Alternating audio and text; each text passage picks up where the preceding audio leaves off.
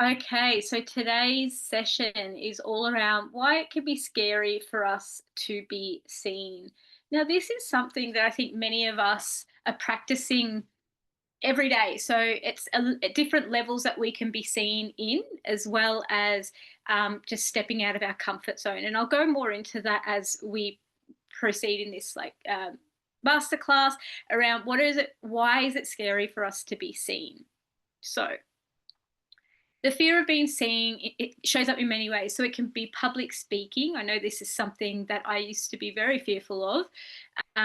Any form of expression, whether it's creative or expressing boundaries, promoting your business, stepping into a leadership position, having your needs matter in a relationship. So it doesn't always have to be something as big as public speaking. It can be even just speaking your truth. So just speaking what's on your mind, speaking out your vulnerabilities. That's even another form of being seen. Saying no can be really difficult. Trying and learning new skills, sport, or activity. So being vulnerable in that space of being seen. And it's important to know that fear isn't irrational. So it's something that's been conditioned. It's a pattern. It's deeply embedded in our nervous system, and it shapes how you were treated growing up. So the important thing to know is our early childhood experience around being seen when we were expressing ourselves has plays a huge part in how we feel when we're being seen as adults. So, what would happen? This is what something for those of you watching the recording and those of you here with me live, asking yourself, and something you could probably journal on, is what would happen if I am seen? When you ask this question, allow whatever to come up to come up. Like, think about it more from an inner world perspective, a subconscious perspective. It might sound silly, we kind of think things can sound silly, or it might sound like we can justify the answer really quickly. But the answer you get is truly what's happening underneath. So, what would happen if I am seen? An example of this could be I might be judged, I might be bullied. So, thinking about it from that perspective, what is scary about being seen? That's another question you can ask. And what will happen if I am seen? Just asking yourself these questions and allowing whatever to pop up to come up. So, when we explored as kids, so how is this connected to our adult life? Like, where do we get this imprint, this conditioning? When we explored as kids, so think about going out as a child, like even when you're really little, maybe two, even smaller, you're learning new skills constantly, from learning the skill of how to walk to learning how to read to reading out loud, playing sports. So any new skill, and it could be even when we're being creative, anything that we're exploring with. This could also be exploration, as it's adventurous exploration as well. It can be when you're a bit older, you maybe go explore by going to the movies on your own. So I want you to think of exploring, and when we explored as children, what was it like for us? So when we tried new things, learnt new skills, and when we were curious about the world around us, think about, and this question will come up again, think about what your childhood was like when you were in that space. Generally, it's really connected to how your caregivers supported you to explore. So we will get to that. We'll unfold this more and more. So, where does this fear come from? It can come from subtle things and it can come from big things. So, bigger thing, like let's talk about a subtle thing. It might be that you've expressed something at school or at home that you really enjoy or love and you were laughed at. So, that can be something a bit more subtle where you just remember through that expression you were laughed at. Now, something that's less subtle would be that you were bullied or you were punished for expressing a certain thing or being a certain way. So, these are different ways that we can start to form fear around being seen and judged. We can also have it because we were ignored and neglected and forgotten. So, how does that show up? Why do we get scared then? Maybe we were not supported in our exploration. So we became quite fearful of it because we were never taught how to do something. We were never taught how to explore in a way where our parents were present, grounded, and supportive and encouraging in it because they weren't around. Overcorrected. So often this comes from a fear-based parenting where the parent is fearful of what you do. Don't run, you will hurt yourself. Don't do this, it's that constant trying to protect you, but also projecting their anxiety onto you.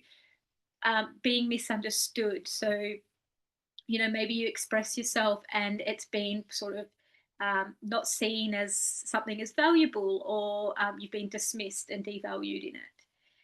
Pressured to perform. So you may have been bulldozed into performing. What does that mean? It's like you could have had this fear about performing, and a parent was like, suck it up, get out there, just do it anyway. And so you weren't really taken care of in that. So you've got a negative association with performing. These are different ways that we internalize being visible, where it feels dangerous. Oh, that's my dog in the background barking. Okay. So you tried to explore something new, whether that was climbing a tree, so it could be something similar, that speaking in class, trying new styles for clothing. Why are you wearing that? That looks silly. Or expressing your own opinions. Your parent may have responded, as I said, with fear, control, or judgment. So I've got these three areas that it could be possible. I'll just call out to my dog just so she stops barking. Be one moment.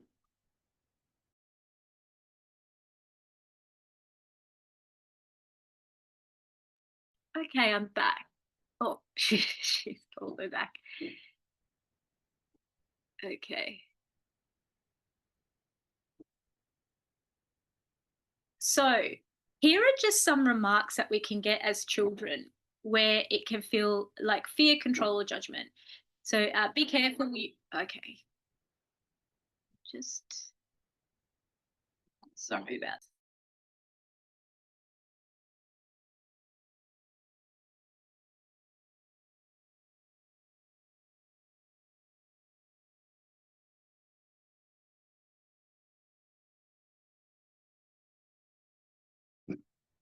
Sorry about that. Ella's having a good old time barking. That's not good enough. Don't be silly. You're going to embarrass yourself. You even slightly withdraw, looking distressed or disapprove. So that person withdrawing, looking distressed or disapproving. So these are real subtle ways that we can start to form belief systems around being seen. That's too risky. You're not ready. Those sort of things. Parent grasping or looks panicked or freeze when child takes initiative. Okay.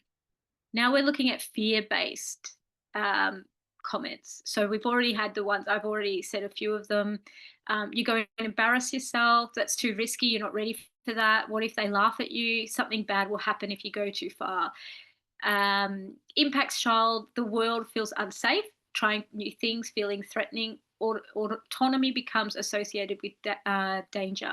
So fear-based parenting can make us as adults really anxious when it comes to trying new things, because we weren't taught how to do it in a way that having the fear, like feeling the fear and doing it anyway, because our parents maybe tried to stop us from doing it, or because of their own projection of their own fear. Control-based sort of things that could have been said to us is, I don't trust you to do it right, so I'll take over. Let me do that for you. You just mess it up. No, do it this way. That's not how it's done. You're not allowed to wear that. What will people think? Don't raise your hand. You might say the wrong thing. You need to do what I say if you want to succeed.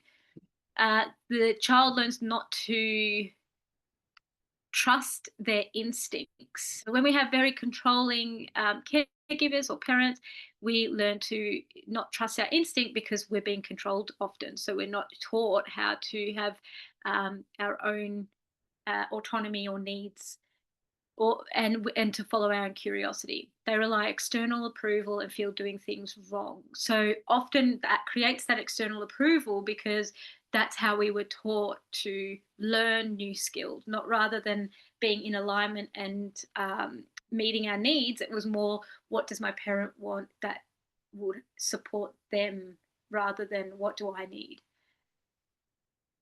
Judgment based. So why would you want to do that? That's weird. You think you're good at that. You're not as talented as you think.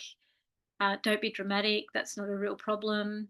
So, that's the sort of thing that we can be told. And then we internalize shame, suppress self expression, and fear standing out or making mistakes. This is quite a big one, especially growing up at school, where kids can be really, ruthless in this space of like judgment and teasing, calling names, that sort of thing. So, judgment's a big one that as adults we can be really frightened of when we're standing out. Mix examples. So let's go with a child wants to audition for a school play. The parent responds, "Why would you do that? You've never been good at performing. What if you forget your lines or in front of everyone? Just focus on your schoolwork instead. That's more important." So we've got the fear. What if you embarrass yourself? Control. Just focus on school. I know what's the best for you. Judgment. You've never been good at performing. So deeper messages the child receives and subconsciously believes. So these are when this is what causes our limiting beliefs. So we start to go, it's not safe to try. My desires are silly or wrong. I'm not capable. If I stand out or make a mistake, I won't be loved or accepted. So that's how we internalize the parents or the caregiver's voice, so that it becomes a belief system that we start to make decisions from. And we allow these belief systems to stop us from doing the very thing that we want, in whether that's to be because we'll be seen.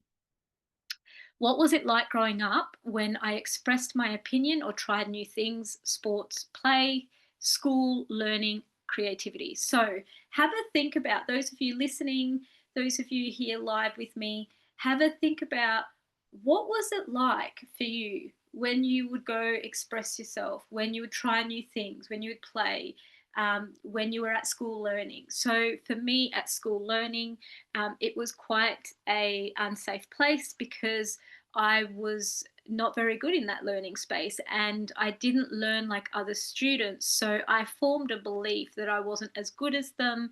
And so I started to rebel at school, but I didn't get the support that I probably needed to cultivate my learning abilities. So that's one way that we can form these beliefs. I remember once that I read out loud in front of the class and I read the wrong word, so everyone laughed at me.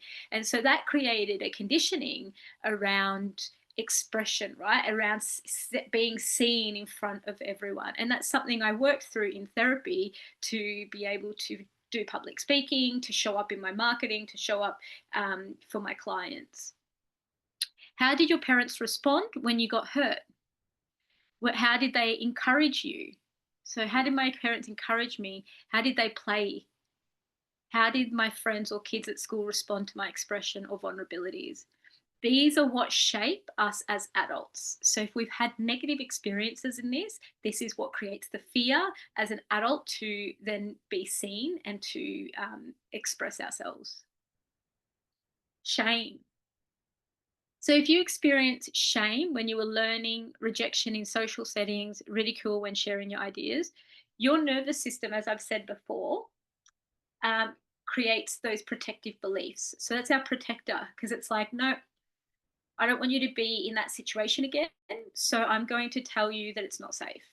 So it's safe to stay small. I'm not safe if I'm seen.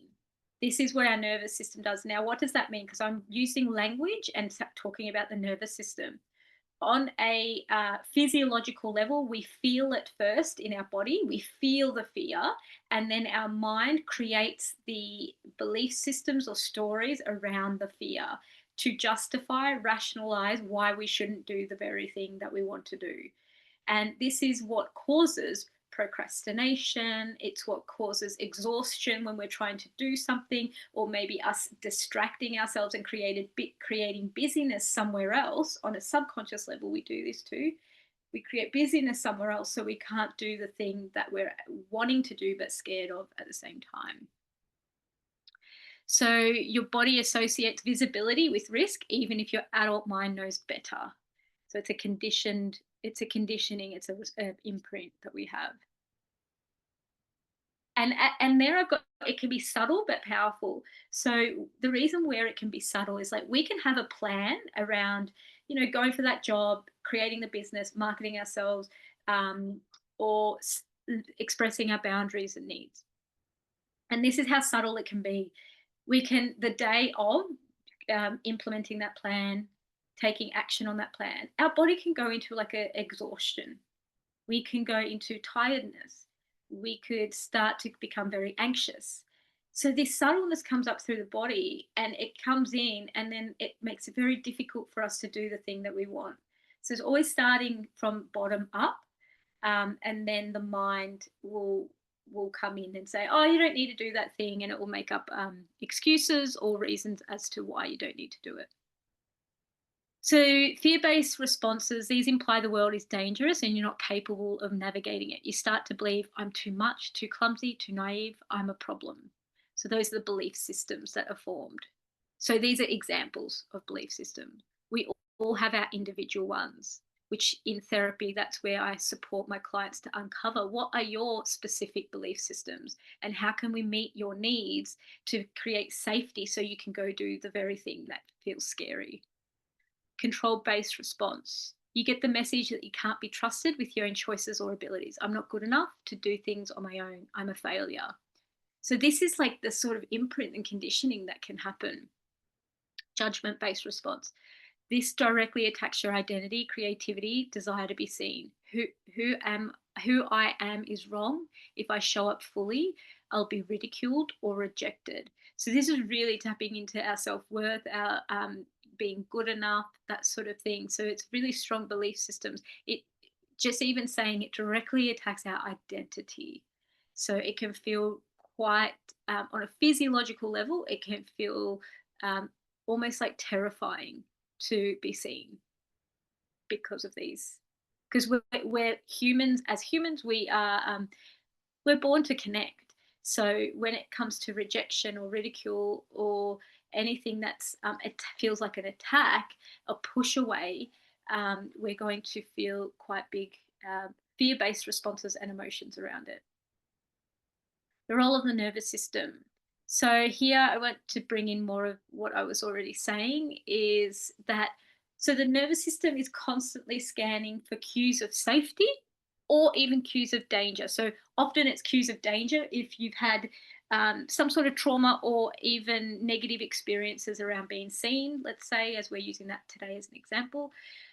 So your nervous system is going to be often looking for cues of danger when you are expressing yourself. So whether it's someone's facial expression, whether it's someone not really being present or grounded with you, whether it's someone judging you after you've expressed yourself, you're going to be hypervigilant to these experiences. If you've seen being seen once led to rejection, humiliation, or disconnection, your body stores that memory. So I do have like being seen once, but it could happen once, but it could be just like a one-off thing where it happens, but it's also could be an accumulation of a number of times where it's happened. Your body stores that memory and tries to protect you by avoiding similar situations. It will try to protect you by, as I said, procrastinating is one way, justifying and rationalizing why you don't need to grow.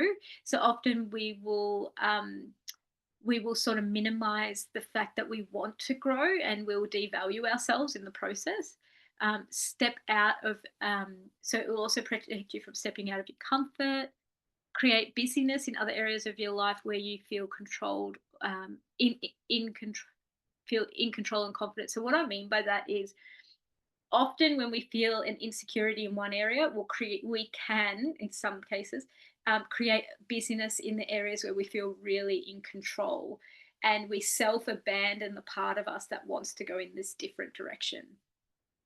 It can create exhaustion and health problems too. So anytime we are making decisions from our protector, it generally doesn't end well. It can keep us stuck. It can create health challenges, all sorts of ways where it leaks out.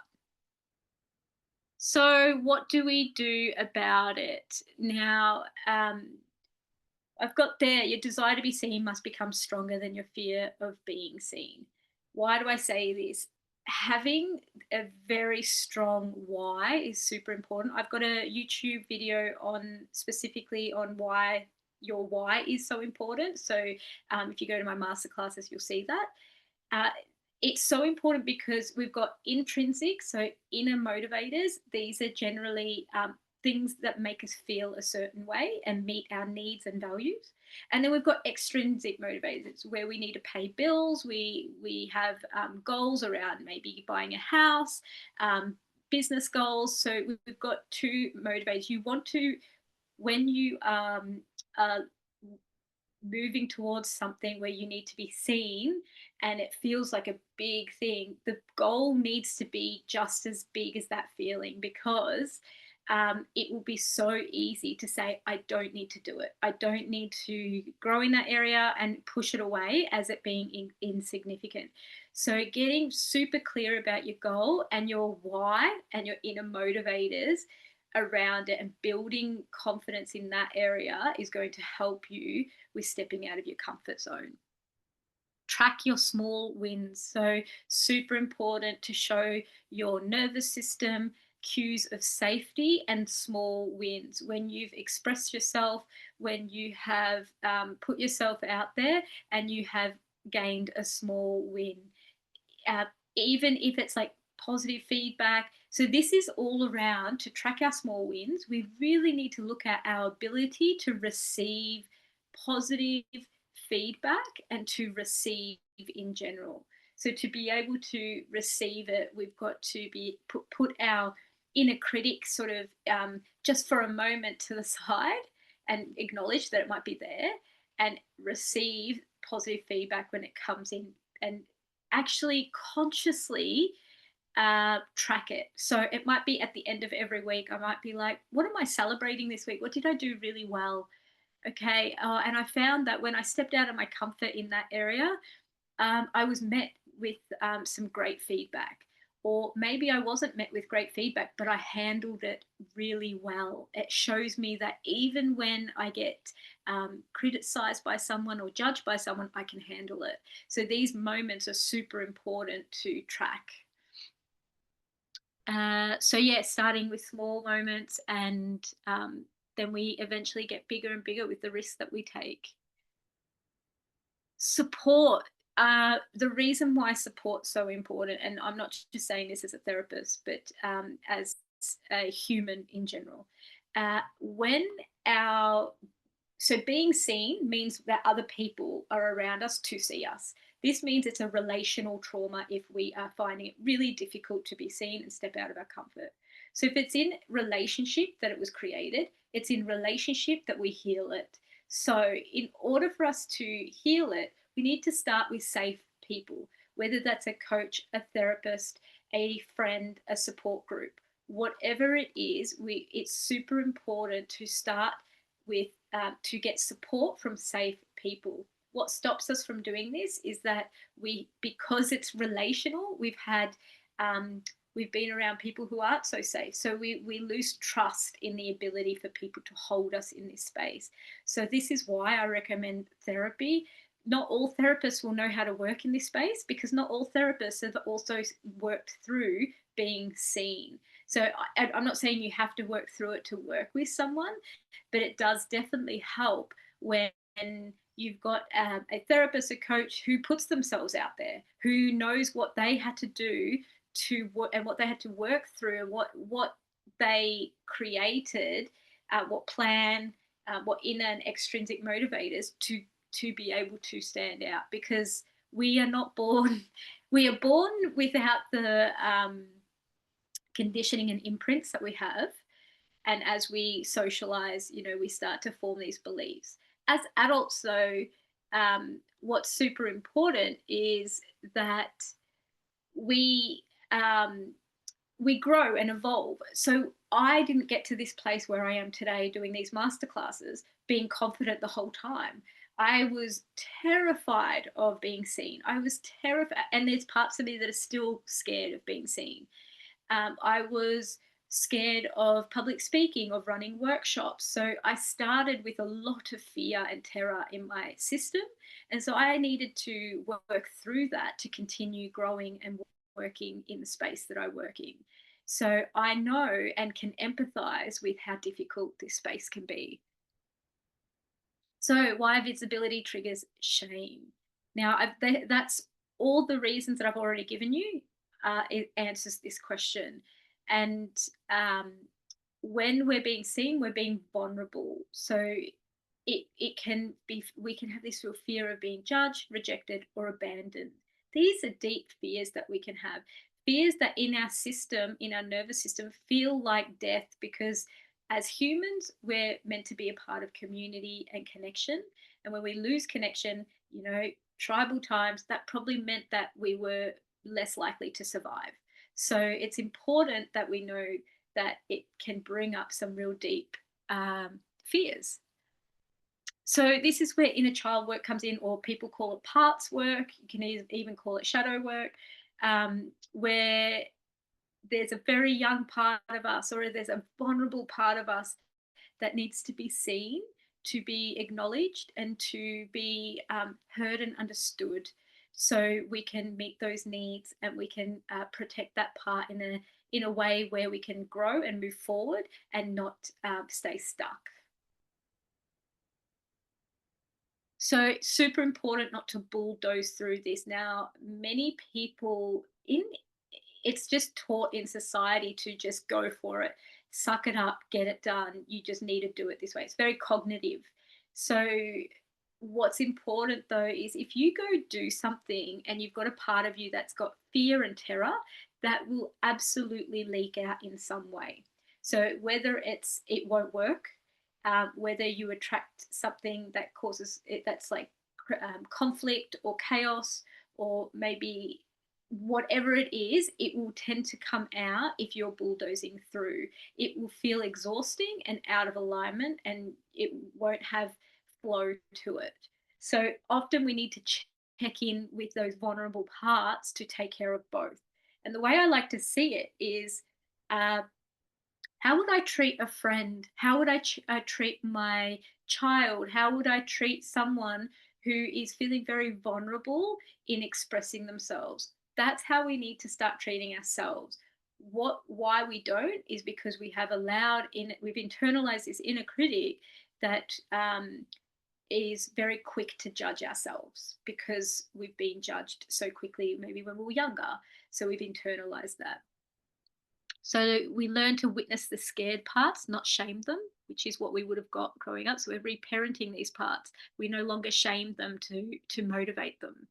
We learn to care for our nervous system, not override it. So if I'm tired, or if I'm overworking, what do I need to do to care for myself, to care for my nervous system, to care for my body, my being?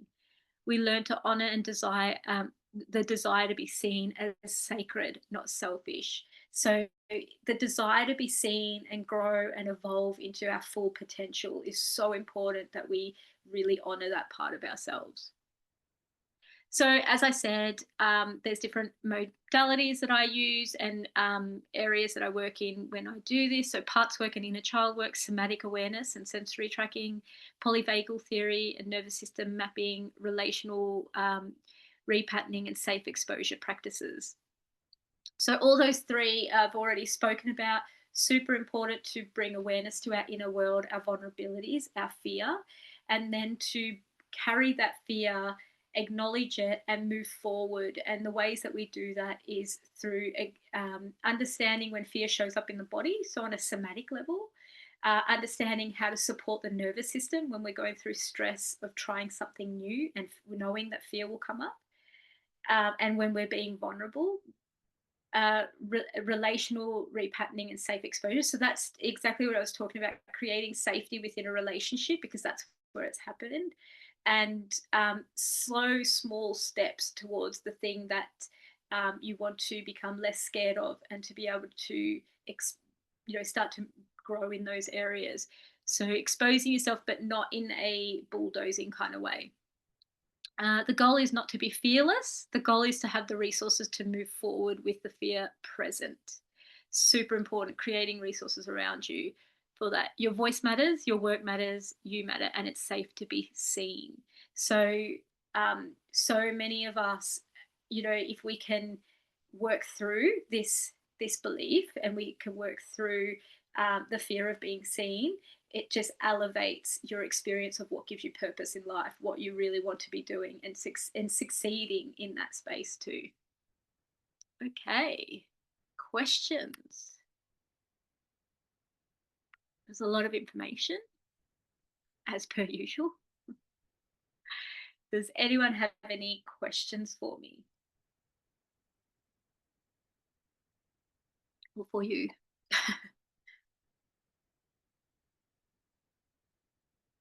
What question I would ask is, what stood out for you the most out of that talk?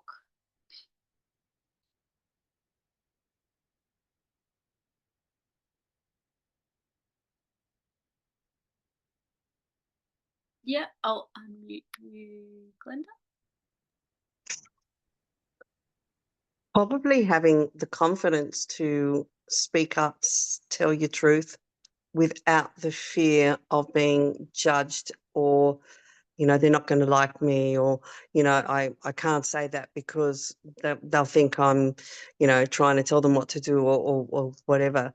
But actually finding the right words for one. Yes. And then sort of saying it without that childish fear. I know I've had it all my life. I'm only just learning now to actually speak my truth, but in words that aren't accusing or judgmental or firing bullets, or, those things. It's really takes so much time to your mind to actually come across and go, well, yeah, I've got to change my words, because usually it would just be full force on. Yes. And it's all that. So the thing I got out of that is that it's safe to do so.